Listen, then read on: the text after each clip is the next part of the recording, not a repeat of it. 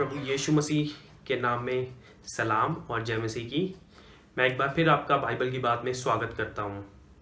मैं आपको बताना चाहता हूँ कि आज इस बारे में हम बात करने वाले हैं, वो कंटिन्यूएशन है मेरे एक वीडियो की जो था कि बाइबल किस बारे में है, what is the Bible basically. उस वीडियो की ये कंटिन्यूएशन है कि बाइबल है क्या। हमने देखा कि बाइबल में 4 पुस्तकें हैं, उसके 2 भाग हैं, और हमने देखा कि बाइबल में ऐतिहासिक समय है, कुछ समय है, पीरियड है, 7 पीरियड्स को हमने देखा था, और बाइबल के अलग अलग जो विभाजन हुए हैं उनको भी हमने चेक किया था।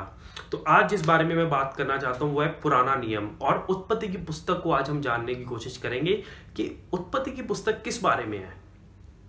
और पुराना नियम, इससे पहले कि हम जाने कि किस बारे में है, मैं आपको पूछना चाहता हूँ कि क्या पुराना नियम पढ़ते हैं।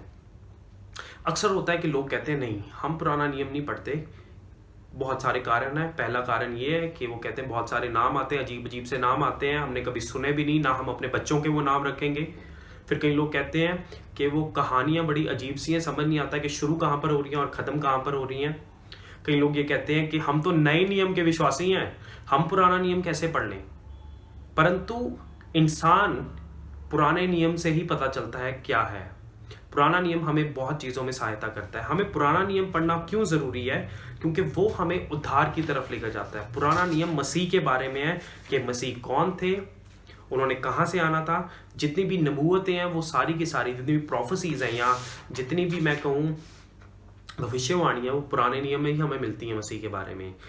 पुराना नियम पढ़ने से हम परिपक्व होते हैं परमेश्वर के कार्य के लिए। वो कैसे होते हैं? यदि हम रोमियो उसका 15:4 पढ़ें तो हमें पता चलता है कि वो हमें किस प्रकार से तैयार करता है और हमें क्यों पुराना नियम मिला। यही केवल मात्र आयत है बाइबल में जो हमें बताती है पुराना नियम देने का उद्देश्य क्या था। मैं आपके लिए पढ़ता हूँ रोमन्स चैप्टर 15:4। पहले समय के सभी अभिलेख हमें शिक्षा देने के उद्देश्य से लिखे गए कि निरंतर प्रयास तथा पवित्र शास्त्र के प्रोत्साहन द्वारा हमें आशा का अनुभव हो। It has been given so that we may be encouraged and we may live hopefully, ताकि हमें निरंतर प्रोत्साहन मिलता रहे और हम आशा में जीवन व्यतीत करें। इस कारणवश हमें पुराना नियम दिया गया है। ये एकमात्र ऐसी आयत है जो हमें बताती है पुराने नियम देने का उद्देश्य। तो आज मैं बात करना चाहता हूँ उत्पत्ति के बारे में, जेनेसिस। आप सबने कभी ना कभी ये बहुत पुस्तक पढ़ी होगी या सबको इसकी एक आयत जरूर पता होगी कि आदि में परमेश्वर ने स्वर्गों और किसकी रचना की? पृथ्वी की रचना की। In the beginning God created the heavens and the earth. अब जो उत्पत्ति की पुस्तक है ये शुरुआत की पुस्तक है, ये शुरुआत के बारे में है। Origins, it is called the book of origins, के जो ब्रह्मांड है उसकी शुरुआत कैसे हुई, जो जीवन है इस धरती पर उसकी शुरुआत कैसे हुई, इस धरती पर वो जीवन में पाप कैसे आया उसकी शुरुआत कैसे हुई, उस पाप की जो जजमेंट है, जो दंड है वो कैसे आया, उसके बाद फैमिली की शुरुआत कैसे हुई, जो परिवार है वो जेनेसिस हमें बताती है। वर्शिप की शुरुआत कैसे हुई, परमेश्वर की आराधना की शुरुआत कैसे हुई, और साथ ही साथ हमें बताती है कि हमारे लिए जो सैल्वेशन है उसका प्लान, उसकी शुरुआत कैसे हुई। द प्लान ऑफ सैल्वेशन, उद्धार या मोक्ष का जो योजना थी उसकी शुरुआत कैसे हुई, वो हमें बताती है ये पुस्तक। सो ये कितनी इंपॉर्टेंट है ये जानने के लिए कि हमारी शुरुआत कैसे हुई, पूरे संसार की शुरुआत कैसे हुई। इब्रानी भाषा में जेनेसिस को कहा जाता है बेरेशित, बेरेशित जिसका मतलब है आदि में, या अंग्रेजी में कहते हैं इन द बिगिनिंग। तो ये शब्द है इब्रानी भाषा में, इसका जो टाइटल है बुक ऑफ जेनेसिस का, इसको बुक ऑफ जेनरेशंस भी कहा जाता है, मतलब वंशावली की पुस्तक भी कहा जाता है। क्योंकि जब हम इसे पढ़ें तो हमें ऐसे 7 टेबल्स मिलते हैं जेनरेशंस के, मतलब 7 ऐसी पीढ़ियों के बारे में पता चलता है जो ये पुस्तक हमें बताती है। 7 ऐसी लोगों की पीढ़ियाँ, और जो कि हमें सहायता भी करती हैं मसीह को जानने में। अब वो कैसे होगा मैं आपको बताऊंगा आगे चलकर। इसके जो ऑथर हैं, जो लेखक हैं, वो मोसेस हैं, मूसा। लोग अक्सर कहते हैं कि मूसा तो उस समय थे भी नहीं जिस समय ये पुस्तक लिखी गई। तो ऐसा कैसे है? मेरा ये मानना है कि उत्पत्ति जब हम पढ़ें तो कहीं भी परमेश्वर ने ये नहीं कहा किसी को कि इन बातों को लिखो, इन बातों को लिखो। परंतु जो हम सेकंड बुक, जो बुक ऑफ एक्सोडस है या निर्गमन की पुस्तक है, उसमें जो हम जाते हैं तब परमेश्वर ने ऐसे कहा है कि क्या करो, मूसा लिख डालो इन बातों को। उसके 17 अध्याय में शुरुआत हो जाती है इन बातों की। तो मेरा ये मानना है कि परमेश्वर ने मोसेस को जो भी बातें, मूसा को जो भी बातें पुराने नियम में हुई हैं, खास करके पहली 5 पुस्तकों की, वो परमेश्वर ने उसको बताई। जो उत्पत्ति है, उत्पत्ति की कहानी कैसे है, वो परमेश्वर ने उसको बताई और उसने लिख डाली वर्ड टू वर्ड। मेरा ये मानना है। और मैं ये भी मानता हूं कि उस समय पर मोसेस के अलावा कोई ऐसा विद्वान व्यक्ति था ही नहीं पूरे इज़राइल में जो इन पुस्तकों को लिखे। हर कोई तो गुलामी में था, पढ़ाई का कोई स्कोप ही नहीं था कि कोई पढ़ा लिखा इंसान लिखे या जिसको ज्ञान है या बुद्धिमान है जो। परंतु मोसेस जो था वो तो राजा के घर में था, फैरो के, इसलिए उसको वो बुद्धिमान था, उसको ज्ञान था और परमेश्वर ने उसका प्रयोग किया इन पहली 5 पुस्तकों को लिखने में। तो मेरे हिसाब से परमेश्वर ने मूसा का चुनाव किया ताकि वो उत्पत्ति की पुस्तक को भी लिखे। और उत्पत्ति की पुस्तक में 50 अध्याय हैं, 50 चैप्टर्स। अब ये 50 अध्यायों को याद करना बहुत आसान है। इसके हम 2 भाग कर सकते हैं। उत्पत्ति की पुस्तक का विभाजन 2 भागों में हो सकता है। पहले 11 अध्याय 1 से 11 और फिर 12 से 50। पहले जो 11 अध्याय हैं उनको हम कहेंगे महत्वपूर्ण घटनाएं, 4 महत्वपूर्ण घटनाएं। और जो दूसरे भाग है 12 से 50 को हम कहेंगे 4 महत्वपूर्ण लोग या 4 महत्वपूर्ण व्यक्ति। जो पहला भाग है 4 महत्वपूर्ण घटनाएं, उसमें क्रिएशन, सृष्टि की रचना, फॉल, पाप का होना, फ्लड, एक बहुत सारा पानी का आ जाना, जल प्रलय आ जाना, फिर है नेशंस, मतलब कैसे अलग अलग जातियों की शुरुआत हुई। सो पहली 4 बातें जो हैं वो पहले 11 अध्याय में मिलती हैं। फिर है 4 महत्वपूर्ण लोग, 4 की पीपल, जो है पहला अब्राहम, दूसरा है इसहाक, तीसरा है यकूब और चौथा है यूसुफ। तो इस तरह से पूरे के पूरे 50 अध्यायों को हम अपनी उंगलियों पर याद कर सकते हैं। यदि हमारे से कोई पूछे कि पहले भाग में क्या बातें हैं तो हम उन्हें झट से बता सकते हैं कि क्रिएशन है, फॉल है, फ्लड है और नेशंस हैं।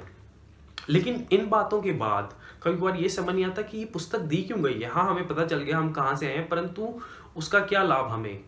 ये पुस्तक इसलिए भी दी गई है ताकि उद्देश्य जो है, ताकि हमें पता चल सके कि परमेश्वर ने चुनाव किया एक ऐसी जाति का, एक ऐसे नेशन का जिसके द्वारा मसीह आने थे, जिसके द्वारा मोक्षक या उद्धारकर्ता आने थे। वो थे इज़राइल, जो कि अब्राहम में पाया गया। यदि हम पढ़ें उत्पत्ति 12 अध्याय तो उसमें हमें पता चलता है इस बारे में कि परमेश्वर ने इस जाति का, इस नेशन का अब्राहम के द्वारा चुनाव किया। और यहाँ तक ही नहीं कि इस पुस्तक को जो हम पढ़ते हैं यहाँ पर एक जो महत्वपूर्ण शब्द है वो पाया जाता है, बिगिनिंग, शुरुआत। क्योंकि ये पुस्तक में हर एक चीज की शुरुआत मिलती है। किस तरह से कल्चर शुरू हुआ, किस तरह से म्यूजिक शुरू हुआ, ईंटों की शुरुआत हुई, ब्रिक्स बनाने की शुरुआत हुई, हर एक चीज की शुरुआत हमें इसी पुस्तक में मिलती है। और इसकी जो कीवर्ड्स है, जो इसकी श्रेष्ठ आयत है जिसको हमें याद करना चाहिए, वो है 12 की 3। उत्पत्ति 12 का 3 आयत। वो ऐसे कहती है, जो तुम्हें आशीष देंगे मैं उन्हें आशीष दूंगा, तथा जो तुम्हें श्राप देंगे मैं उन्हें श्राप दूंगा। तुमसे ही पृथ्वी के सब लोग आशीषित होंगे। सो ब्लेसिंग इज फ्रॉम अब्राहम। और उसके बाद मसीह इस पुस्तक में हमें कहां पर मिलते हैं? क्या प्रभु यीशु मसीह इस पुस्तक में थे? नहीं, उनका तो जन्म भी नहीं हुआ था, परंतु हाँ, मसीह के बारे में इस पुस्तक में लिखा गया है। उत्पत्ति 3 अध्याय उसकी 15 आयत में पहली नबूवत, जिसे अंग्रेजी में कहा जाता है प्रोटो इवेंजलिज्म, वो हमें इस पुस्तक में मिलता है। वो आयत कुछ इस प्रकार से कहती है, मैं तेरे तथा स्त्री के बीच, तेरी संतान तथा स्त्री की संतान के बीच बैर उत्पन्न करूंगा, वह तेरे सिर को कुचलेगा तथा तू उसकी एड़ी को डसेगा। ये पहली नबूवत है जो मसीह के प्रति हुई है कि मसीह जब आएंगे उनका बैर होगा। और ये चीज को पूरा होते हम देखते हैं मसीह के जीवन में। और इसके बाद हमें पता चलता है कि जो प्रभु यीशु मसीह हैं वो सेथ के वंशावली से आए हैं और वो शेम की वंशावली से आए हैं। उसके बाद हम देखते हैं अब्राहम के भी वंश हैं और यकूब के भी वंश हैं, इसाक के भी वंश हैं। और वो किस गोत्र में से थे प्रभु यीशु मसीह? यहूदा के, जिसके बारे में हमें उत्पत्ति से ही पता चलता है। तो ये कारण है कि हमें वंशावली दी गई है इस पुस्तक में, और ये वंशावली हमें समझाती है कि मसीह कहाँ से आए हैं। इसलिए इस पुस्तक को कहा जाता है द बुक ऑफ जनरेशंस। परंतु इस बुक के विषय क्या है, ऐसी क्या एक बात है जो इस पुस्तक में केंद्र है?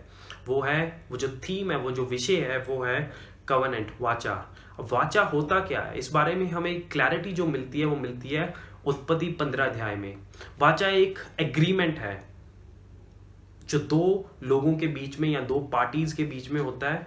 इसको लिखित रूप में भी दिया जाता है, लेकिन पुराने समय में ये लहू के द्वारा होता था। इसकी अच्छी जो डिस्क्रिप्शन है, जो इसके बारे में अच्छा उल्लेख मिलता है, वो हमें मिलता है 15 अध्याय में उत्पत्ति के, जो परमेश्वर ने अब्राहम के साथ बांधी। इस चीज को हम जाने कि ये सब बातें हम क्यों जान रहे हैं कि उत्पत्ति की पुस्तक का एप्लीकेशन क्या है, हम अपने जीवन में इससे क्या लाभ पा सकते हैं। उत्पत्ति की पुस्तक हमें बताती है कि परमेश्वर जो हमारे हैं वो सृष्टि करता है, वो राजा हैं, वो पूरे के पूरे ब्रह्मांड में और हमारे जीवनों में अपने उद्देश्य को पूरा कर रहे हैं। जिसने हमें सृजा है वो हमारा ध्यान भी रखता है। हो सकता है कि हम अभी जान नहीं पा रहे कि हमारे जीवनों में क्या हो रहा है, परंतु हमारे जीवन में वो सुंदरता लेकर आ सकते हैं। He can bring beauty out of our lives because he is our creator. That is what this book tells us. ये हमें ये भी समझाती है कि चाहे हमारे जीवन में कुछ भी हो रहा है, हम किसी बात को लेकर के मुश्किल में है, असमंजस में है, दुविधा में है, हमें कुछ पता नहीं चल रहा हमारा जीवन किधर जा रहा है, तो हमें भरोसा करने की जरूरत है उस परमेश्वर पर जो सृष्टि करता है हमारा। The one who has created us is worth trusting. That's what the book of Genesis tells us. And it is very important for us to read this book. तो मैं आशा करता हूँ कि ये जो मैंने परिचय दिया है उत्पत्ति की बुक का, ये आपको किसी बात में सहायता की होगी इसने। और जब आप अपनी उत्पत्ति की पुस्तक को पढ़ते हैं तो आप इस वीडियो को देखिए, समझिए कि किस तरह से जो बातें कही गई हैं वो सच हैं।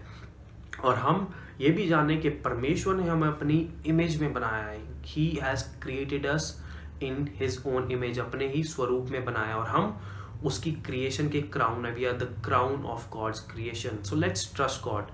आइए हम प्रार्थना करें आज का जो हमने सीखा है उसके लिए।